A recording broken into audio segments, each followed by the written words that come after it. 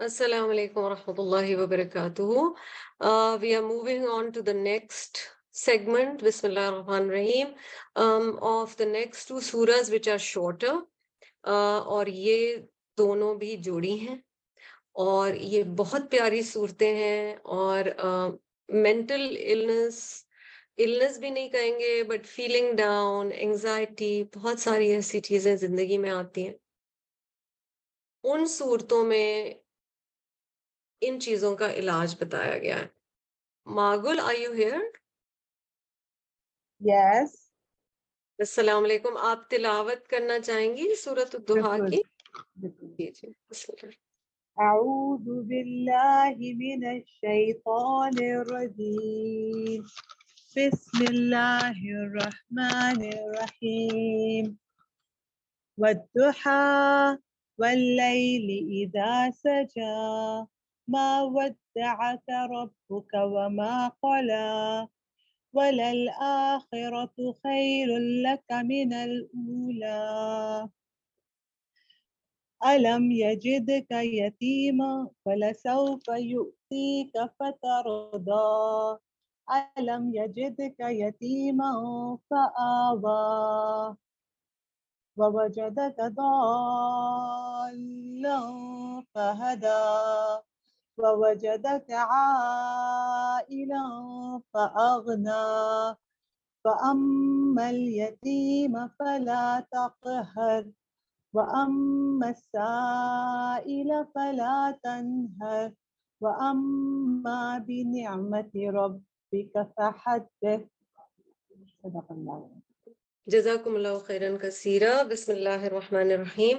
آپ میں سے کسی نے کس کانٹیکسٹ میں any of the listeners you've heard of سورۃ الضحیٰ and سورۃ علم نشرح and maybe somebody has told you کہ آپ یہ پڑھیں.